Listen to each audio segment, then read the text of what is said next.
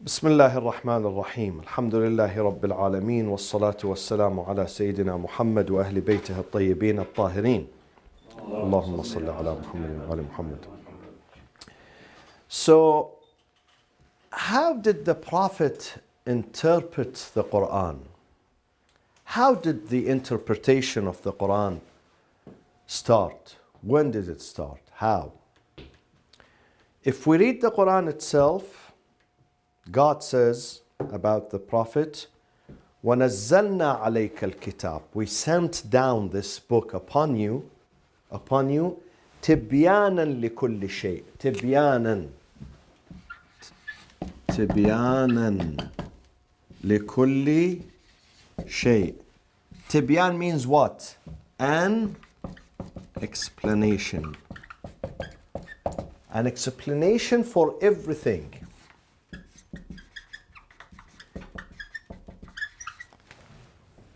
تبيانا, to explain everything to you. تبيانا لكل شيء. So the Prophet had when it comes to the Quran, he had two main missions, two main tasks. What was the first task? To understand it or interpret it, or to accept it. To Receive it. convey. To convey it. To transfer it. Balagh. It's called balagh in Arabic. Balagh means to convey, to transfer. To transfer it to the people. What was the second? What was the second? Look at this one here. Explain. Exactly. Bayan. Bayan means to explain, to interpret. To interpret the book. He would not leave it without interpretation. And we read in the history of Islam that sometimes some of his companions, though they were next to him, next to him in the neighborhood, in the mosque, but some of them were too embarrassed to ask him. Too embarrassed. Why? Because they had a pride. Even within us, sometimes we don't ask simple questions, because if I ask this simple question, people would look at me and say, "What? He's asking a very simple question." So they would wait for someone from the countryside, A'rab. A'rab means those, A'rab. Who are A'rab? A'rab, those who live in the countryside. In the countryside. They would wait for someone from the countryside to come, and he would ask basic questions, and then they listen to the answer. They enjoy, because they put the burden on him. They put the burden on him. They would not ask themselves. They would wait for someone. Then the Prophet is speaking in public. He's speaking in public, he's answering in public, and they would watch and they would listen. Listen how the Prophet interprets the book, the Quran. Now, there are two groups among the Muslim scholars. One group thinks that the Prophet did not interpret the entire Quran. Two groups. There is a debate. This is a long debate. A long debate between two groups. Group number one, the Prophet did not clarify the whole Quran. They said the Prophet didn't. Yes, some of the verses he did elaborate on them. Some of them he explained. But not the entire book. Not the entire book. And among this group are important exegists. Exegist means interpreters of the Quran, mufassirin. Scientists who explain the Quran for us, who wrote books. They say when we pursue the Prophet, we find that he did not interpret everything. Sometimes things God did not teach him. God didn't teach him, so how can he know? Such as what? إِنَّ اللَّهَ عِنْدَهُ عِلْمُ السَّاعَةِ. God knows when the hour is going to begin. The hour means the day of judgment, the end of this life. Only God knows. So he didn't teach the Prophet. So the Prophet, how can he tell the people about it? Or when he's going to die, he doesn't know. وَمَا تَدْرِي نَفْسٌ مَاذَا تَكْسِبُ غَدًا. No soul knows what is going to do tomorrow. No soul would know where it is going to be buried, where it is going to die and buried. No soul. So God did not teach him these things. He doesn't know about it. This is this first group. Among them I mentioned some names. Among them is a scholar called As-Suyuti. And surprisingly, among them is someone called Al-Khoi. But not this Khoi, this is contemporary. This is 500 years ago. These are scholars who believe that the Prophet did not interpret every bit and piece in the Quran. I mean, how about if he may have known when the hour is, but he just didn't tell anybody? This is what they say. This is their opinion. Of course, their opinion is contested. Yeah. We disagree. We will come to it now. But I'm just explaining to you their opinion. Or they say, what is the spirit? What is the spirit? Ar-Ruh. What is it? God, this knowledge belongs only to God. In fact, this group of scholars, they believe that there is a set of knowledge that only God knows the answer. Only God himself. He didn't even share the answer with his messengers and prophets. He didn't. One of them is the reality of the ruh, the spirit. What is it? Do we have a spirit inside? Yes or no? If yes, what is it? How do you define it? What is the relationship of this spirit to me? Is my spirit now speaking or I'm speaking? Is the spirit gives orders after my death? What happens to my spirit? So these things, they say, only God knows about them. He didn't share this with anyone. This is what they claim. But it's not true. We don't agree with them. We will come and show you that God does. Whatever God puts in the book, definitely he would share it with at least his messengers. The messengers are instructors. If I teach this book, the university asked me to teach this book, and I don't know part of the book, would they accept me to be an instructor or a teacher? They said, listen, you don't know some of these issues here. How do you want to teach? So God would not give the book to his prophet if he does not explain to his prophet at least the meaning of these things. Okay? The other group, second group. Okay, let's move this. The second group, which is the majority, those are the majority. The Prophet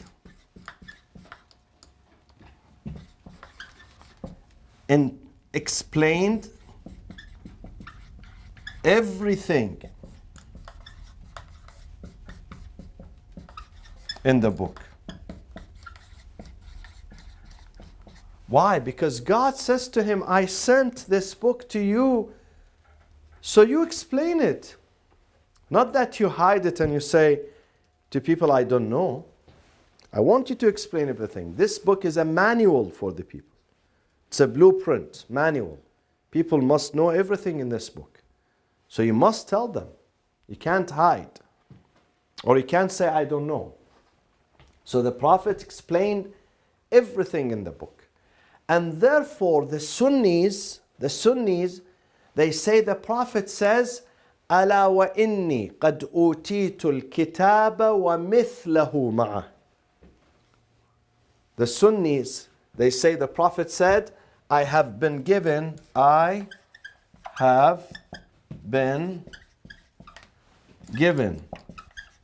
the book, meaning the Quran, the book here meaning the Quran, okay, and also a book like it. What does it mean, a book like it?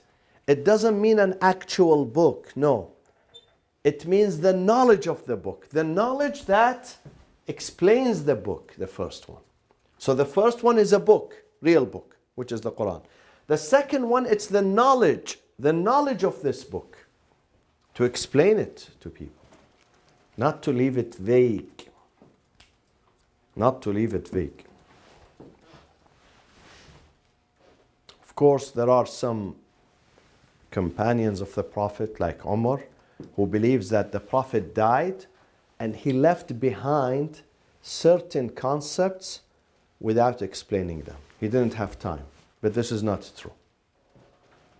This is not true. The Prophet did not die until he explained everything from A to Z, over the period of 23 years, A to Z.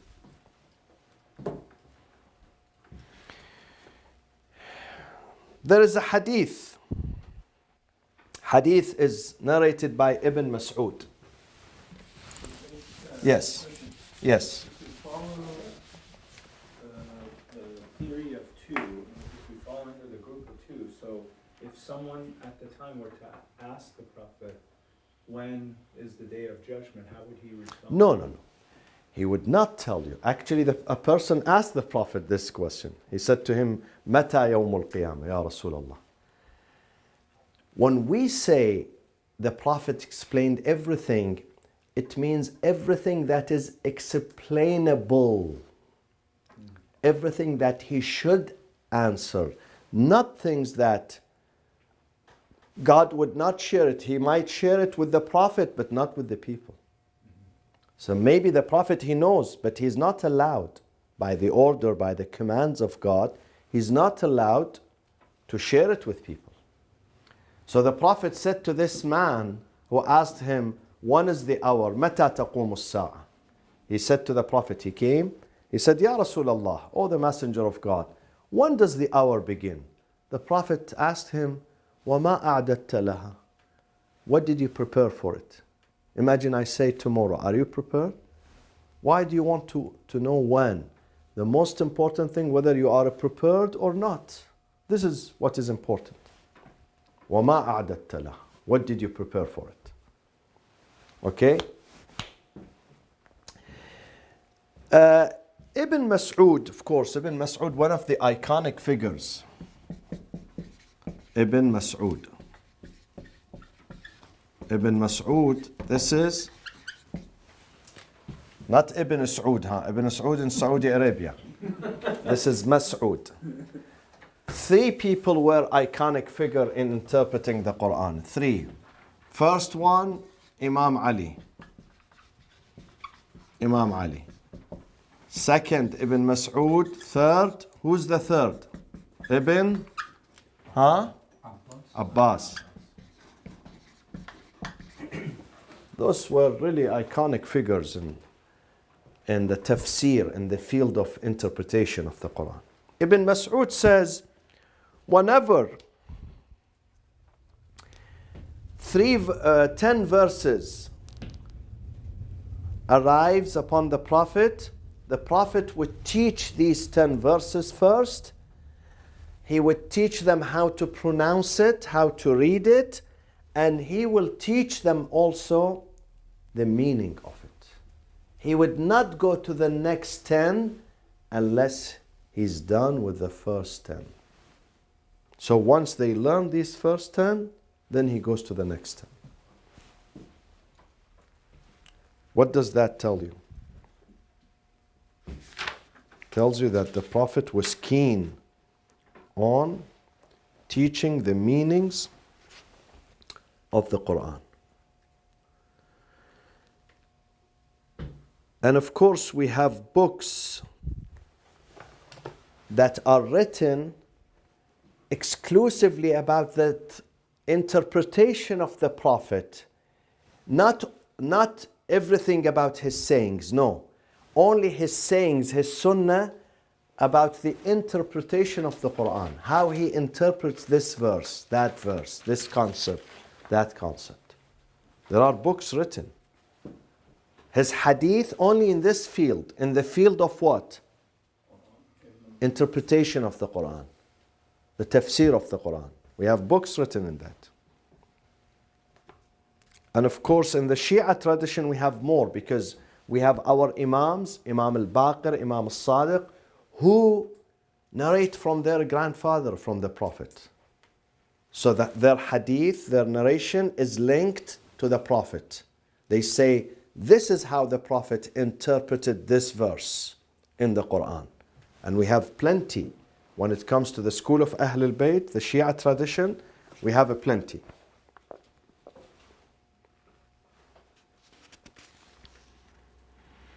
Okay, now,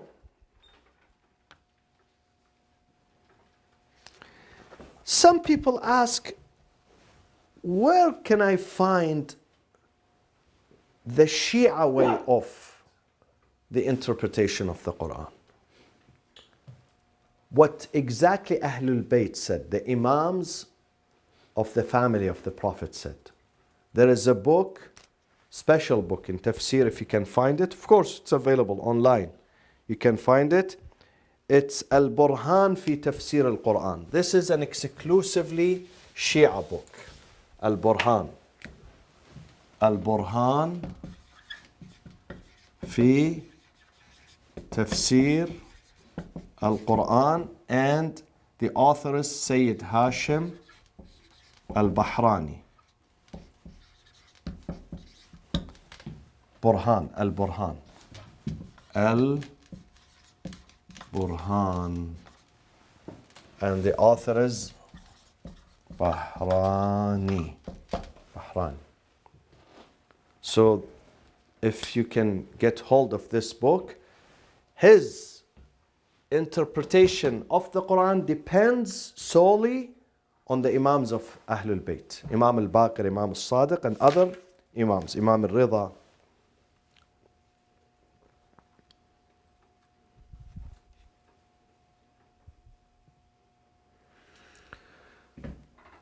Now, how does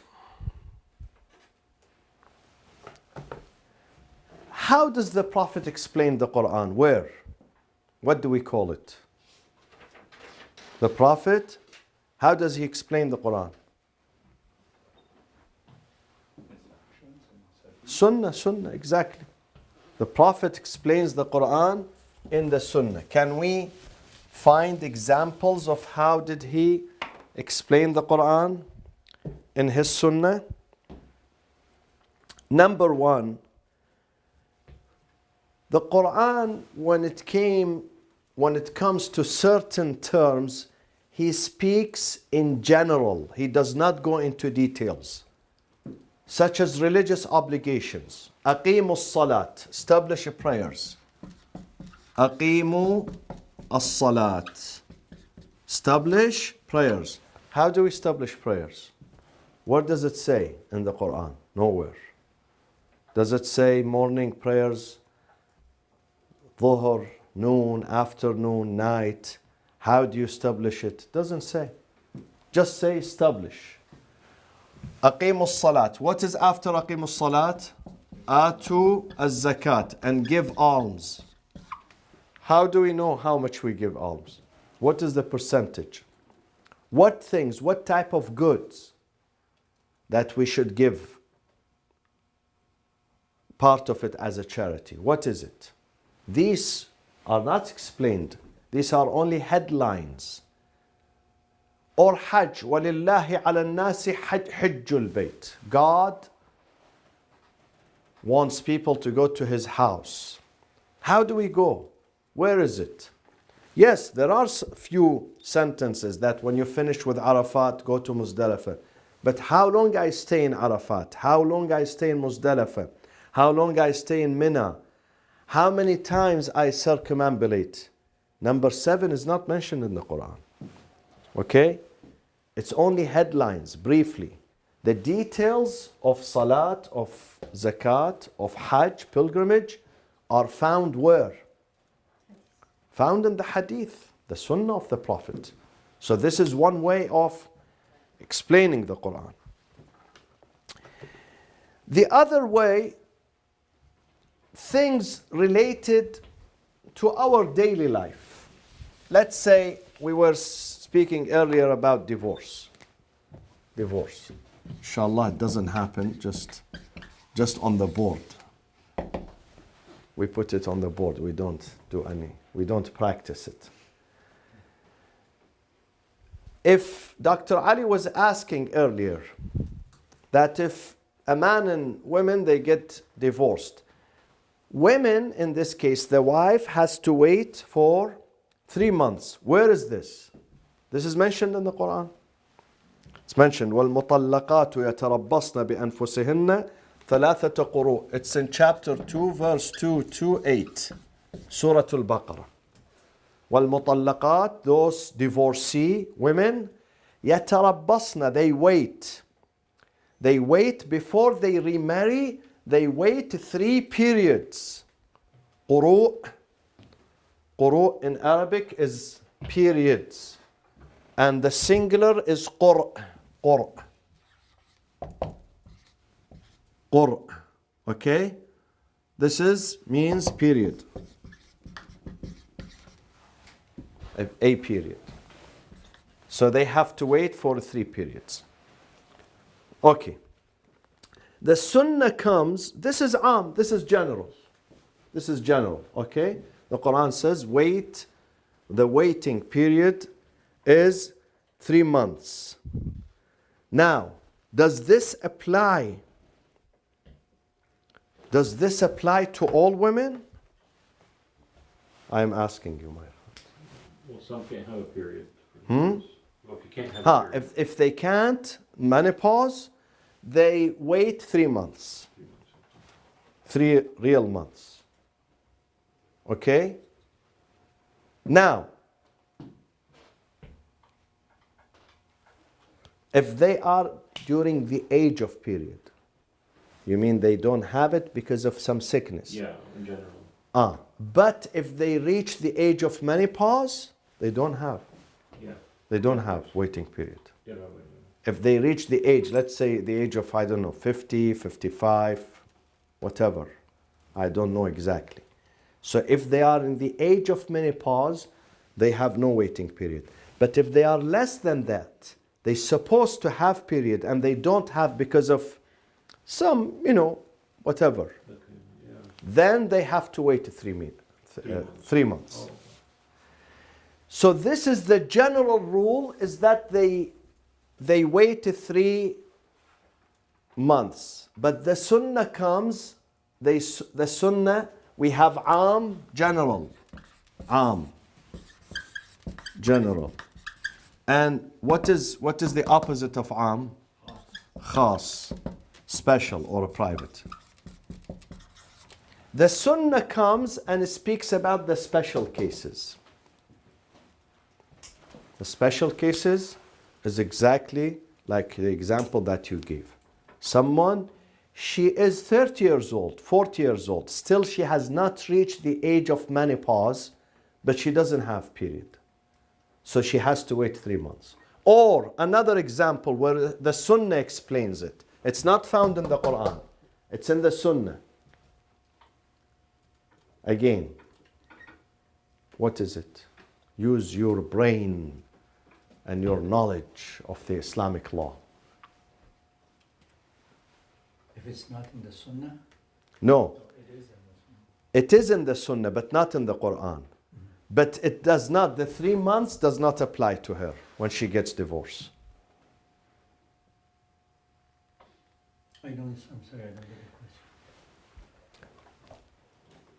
The question is, the Quran says women in general terms, he says, women when they get divorced, they have to wait 3 periods before they remarry. The Sunnah comes and tells me this is not the case in every divorce. There are some divorces that the wife, the female, does not have to wait 3 periods. But this is not found in the Quran. This is the Prophet explains this to me. Such as when? Where she got married, but she didn't. Exactly, consummated. So they made the marriage, they made the nikah, the marriage contract, but they did not have relationship with each other. The marriage was not consummated. So if he divorces her, then she goes, she can remarry the following day. She doesn't have to stay 3 periods. Where do we find this? In the Quran? No, nowhere in the Quran. Where do we find it? In the Sunnah, in the sayings of the Prophet.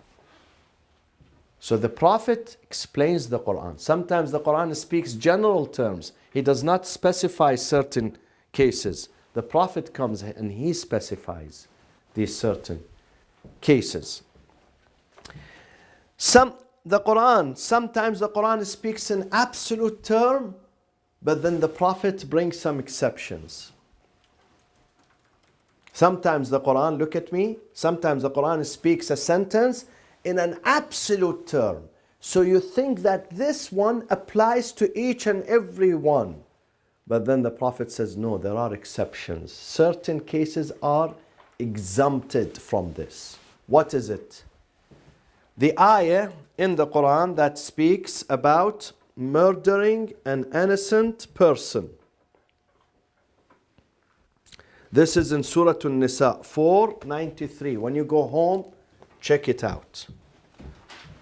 493. 493. Chapter 4, Surah An-Nisa, verse 93. What does it say? It says, وَمَنْ يَقْتُلْ مُؤْمِنًا مُتَعَمِّدًا, whoever murder a believer on purpose, because he's a believer. فَجَزَاؤُهُ, his recompense of the murderer, Jahannam, the hellfire, خَالِدًا فِيهَا, he will stay there forever. وَغَضِبَ اللَّهُ عَلَيْهِ, God is going to be angry at him. He would earn the wrath of God. وَلَعَنَهُ, he is going to curse him. Curse him, it means that he is exempted from God's mercy. No mercy. Okay? وَأَعَدَّ لَهُ عَذَابًا عَظِيمًا, and he prepared for him a severe punishment. This is for someone who murders a believer because he's a believer. The Prophet comes and he says there are exceptions to this. What are the exceptions? The exception is that if he murders this person because of his faith, not because he had a dispute with him. Let's say someone had a dispute with him over the land and they were fighting among themselves, and it happened that this person killed him. Not because of his faith. No. They had financial disagreement. So this verse does not apply to him, that God is going to put him in hellfire forever. He's going to pour his wrath on him. He's going to, condemn him to no mercy. No. Because he didn't kill him because of his faith. No. Okay? He killed him because he trespassed, let's say, into his property for this reason. Well, maybe it was a mistake. No, even if it was premeditated, not manslaughter, premeditated, but not because of his faith. He killed him because he has a dispute with him. Okay? Has nothing to do with faith. I mean, he might still get penalized, but not like that. Exactly. Not with these harsh terms. Right. He will be penalized. Yeah. But these harsh terms do not apply to him. The second case, where is the second case? If the murderer repents, the murderer comes to his senses, he wakes up, He says, I did something very grave. Why did I do this? And then he repents. He goes back to God before he dies. He goes back to God. He seeks God's forgiveness. God is going to forgive him. God is going to forgive him. So these harsh terms do not apply to him because he sought forgiveness. Where do we find this? It's not in the Quran. It's the Sunnah of the Prophet. The Prophet explains that to us. Okay? So sometimes the verse comes mutlaq, absolute. And there are no exceptions. It looks that it doesn't have exceptions. But the hadith comes and outlines the exceptions for us. Or sometimes the verse comes as a general term, general rule, applies to all. But the hadith says, no, it does not apply to all. There are exceptions, like the divorce, the waiting period. These are examples of how the Sunnah explains the Quran. And without the Quran, without the Sunnah, the Quran cannot function. Quran is only understood within the lenses of the Sunnah of the Prophet. Otherwise, the Quran is open for different interpretations, many interpretations. Okay?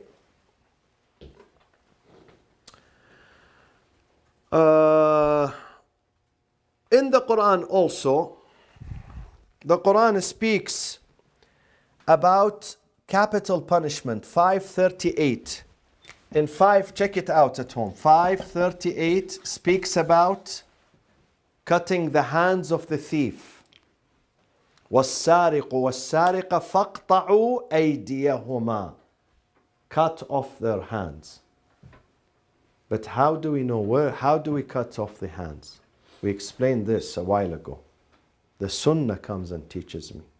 Not the hand, not from here, not from here, not from here, but the tip of the fingers. It's called hand. Though in Arabic, this part is called hand. Yet. Aydiyahuma, yet. From here to there. But the Sunnah says, no, you don't cut, because if you cut, you are going to disable him. He's going to steal more because he wants to work with his hands. How do you cut his hands? So it's only the tip of the fingers. It's not explained in the Quran. It's explained where? In the Sunnah, in the Hadith. Also explains, you mentioned, what is a thief or the circumstances. Of course. The Hadith comes and says, if the thief is not hungry, he's not desperate, he doesn't have any need, he has money, the money is with him.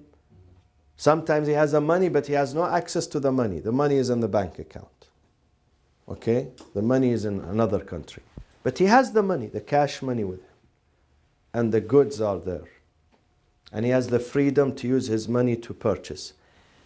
Despite all this, he steals to annoy people, to create mutiny. Okay? Not out of need. If someone steals out of need, they tell him congratulations. They should pack it for him and put it in the car for him. Help him to take it home. But if he steals out of no need, just to terrorize, he wants to break into this house to terrorize people, or the shop, or anywhere, to terrorize, to create chaos in the society, then that person should be punished. Or the Quran speaks about in Surah Al-Baqarah.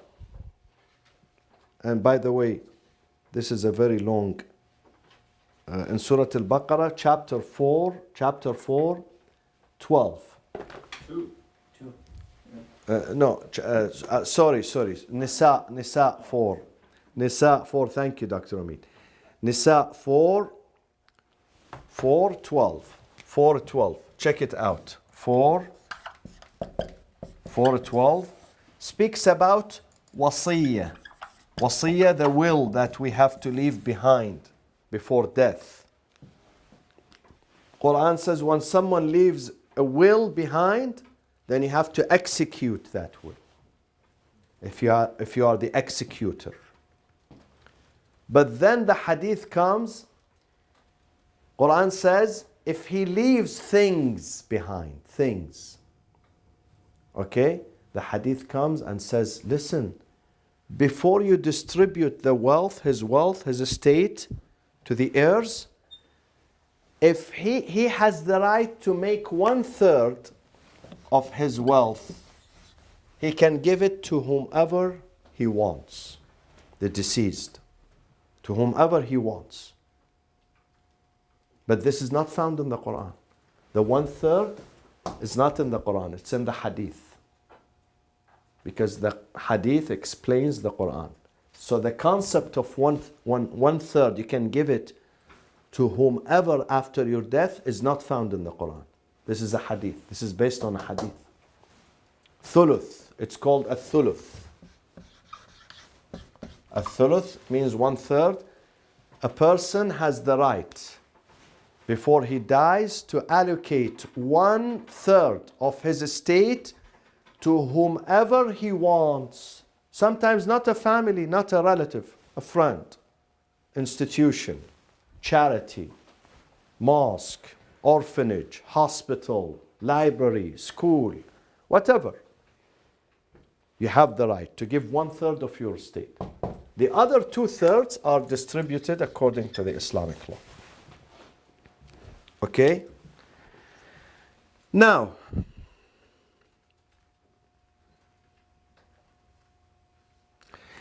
when it comes to the penal code in the Quran, again, the Prophet plays a major role in explaining for us the penal code.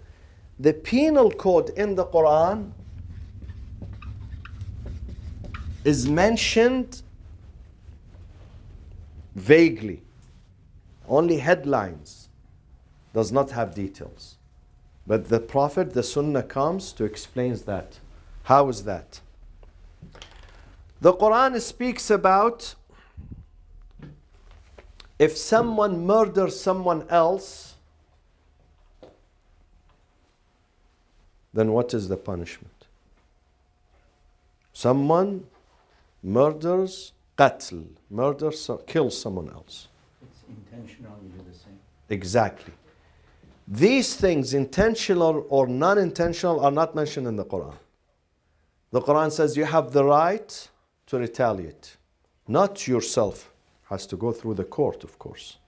Through justice system, not yourself. But then the Sunnah comes and gives examples. It says, wait a minute. The Sunnah says there are the involuntary manslaughter. Number one, involuntary manslaughter.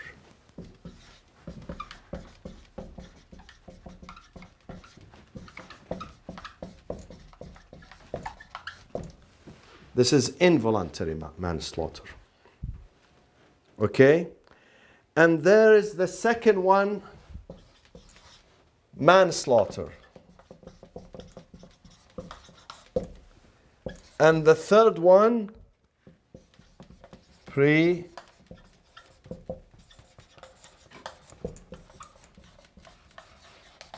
premeditated murder. The Sunnah comes and tells me what are the punishments of each and every one of these three. But in the Quran you don't find it. Quran does not speak about the details. Involuntary manslaughter, financial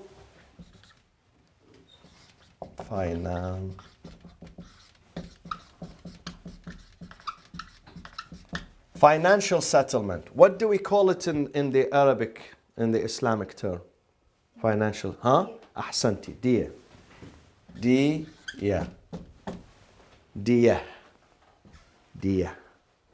Diya شو میدن؟ Diya. Financial settlement. Who pays this money? Family, brothers. What do we call them legally? They have a legal term. Who pays it? Hmm? The murderer. No, he doesn't pay. Because he's not a murderer. This is involuntary manslaughter. It happened by mistake. It happened, he was going to hunting and he saw something moving. He thought this is a, bear or deer or whatever. Psht! It happened to be the mayor of Irvine. That's it. God forbids. So this is involuntary. It's by mistake. So who pays the financial settlement for the dead one? Who pays it? Huh? Family, the son, the oldest son. No, not the oldest son. They have a term called aqila. You haven't heard of this? Aqila. This is like the tribe, right? Exactly. The leaders of his family. Not necessarily the son. Leaders, and who are the leaders? 5, 10, 20 leaders. Who are the heads of the family, the tribe. They gather, each one pays a sum. They pay for the deal, financial settlement. In this case, manslaughter. Manslaughter, who pays the financial settlement? What is manslaughter, by the way? What is it? Where is the lawyer today? The lawyer is not here. Yeah, he's not here. He's the defendant, he's not the... What is the financial settlement? Who pays? Who pays? It's not the same? What is it? What is the difference between this and this, my friends? Intention. This one, they were fighting. Let's say they were quarreling and they were fighting, and then he pushes him and there are rocks. He did not push him to kill him. But when he pushed him, this guy, the victim, he fell on rocks. So his head hits the rock and he dies. So this is manslaughter. This is more than involuntary because he was fighting. He caused the pushing. Though his intention was not to kill, just to hurt him, just to keep him away. He pushed him. We have this in the Quran. Where is it? Which story? Musa. Musa, he went in defense of the one who was from his tribe. So he punched that guy in his face. The guy, apparently he had malnutrition.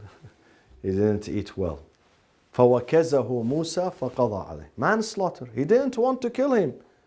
But the man happened to be too weak and probably he had a brain injury or something like that.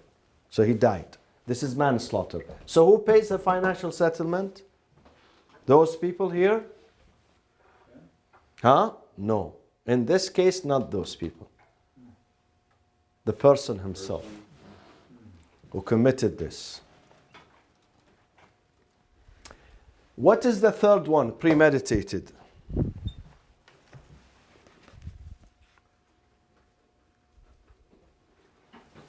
He thought about it. I mean, he planned it out. He planned. He intended to kill. He intended to kill and he killed. So what is the punishment for this? This one, these two, he's set free. After paying the financial settlement, he's not put in jail or something. He's set free. But how about this one? This one is death sentence. Qasas. Death. Now, is there any alternative to death sentence? What is it? The family asks for a certain amount. Exactly. The family of the deceased, they say they forgive the murderer, but instead he has to pay what? He has to pay the diya, the financial settlement. All these details are found in the Sunnah. None of them is in the Quran. None of them is in the Quran. I thought there is in the Quran about Where? that they can be excused, like if they can forgive. In general, the Quran speaks about forgiveness in general, not just murder. The Quran says you can retaliate in case someone assaulted you. You may retaliate, but if you forgive, it's closer to piety and righteousness. وَإِن تَعْفُوا أَقْرَبُ لِلتَّقْوَى. But not about these, not about murder or these things. Last but not least, an example of how the Sunnah is vital in the understanding of the Quran and the interpretation of the Quran. My friends, we have something called abrogating and something called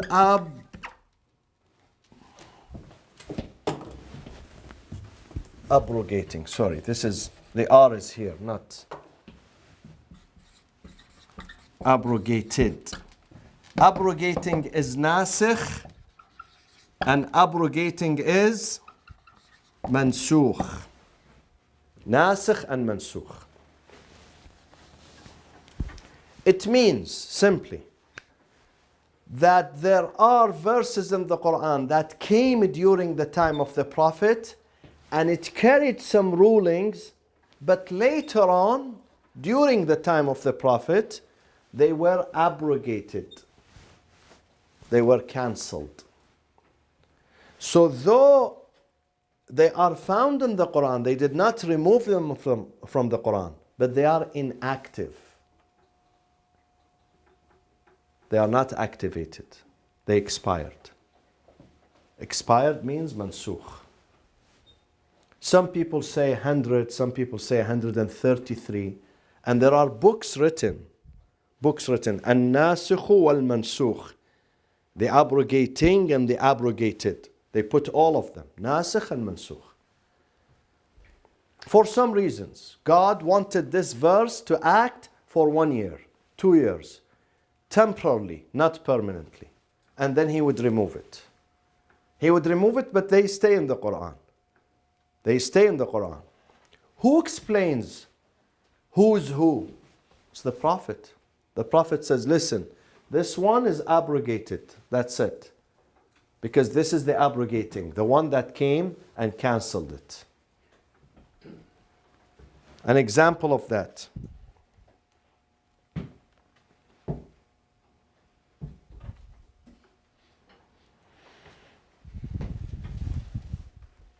An example of that, look at this verse in the Quran, read it at home when you have time, because we don't have time to read every verse here. It's in chapter 2, verse 240. Check it out when you go home. One of the abrogated verses. This is Surah Al-Baqarah 240. والذين يتوفون منكم ويذرون أزواجا وصية لأزواجهم متاعا إلى الحول غير إخراج. Now, this verse says, those wives where their husbands die, they stay in the home for 1 year. They don't get them out of their husband's property for 1 year. They enjoy the house and the facilities of the house, whatever is in the house, for 1 year. And then after that, if she wants to remarry, goes to someone else. This was abrogated by the verse that says, when the husband dies, the wife waits how much? 4 months and 10 days. And then after that, she's free. So she made it less. It used to be 1 year. Women have to be happy for this. Early release from detention. So it used to be one year. But then it was reduced to 4 months and 10 days. So then during those 4 months and 10 days, she can leave the husband's property as well? Yes, she has to leave. And she doesn't get anything out of the inheritance than this free lodging for 1 year. But then another verse came and said she has a share. After death, she has a share. How much is her share? If the husband has children, how much? If the husband does not have a children, she married him, he died, he doesn't have children, only a wife. How much is her share? 1/4, 25%. If the husband has children, how much is her share is going to be? 1/8. It depends on the number of children, right? No. She gets her share is fixed. After they give the 1/4, 1/8 to her, then the remaining is divided among the children. They give the wife first, the 1/8. So it's fixed. It's fixed.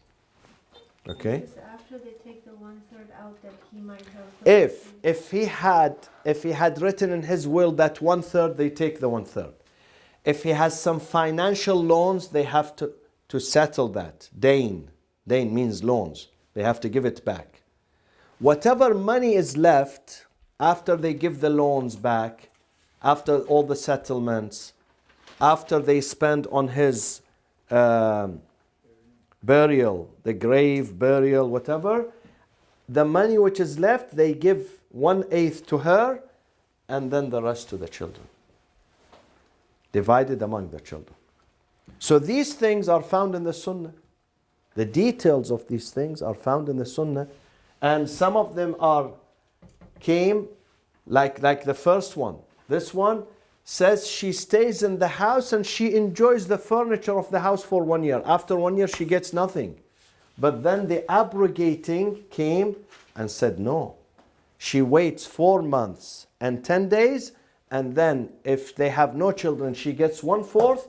If they have children, she gets 1/8. وصلى الله وسلم على سيدنا محمد وأهل بيته الطيبين الطاهرين.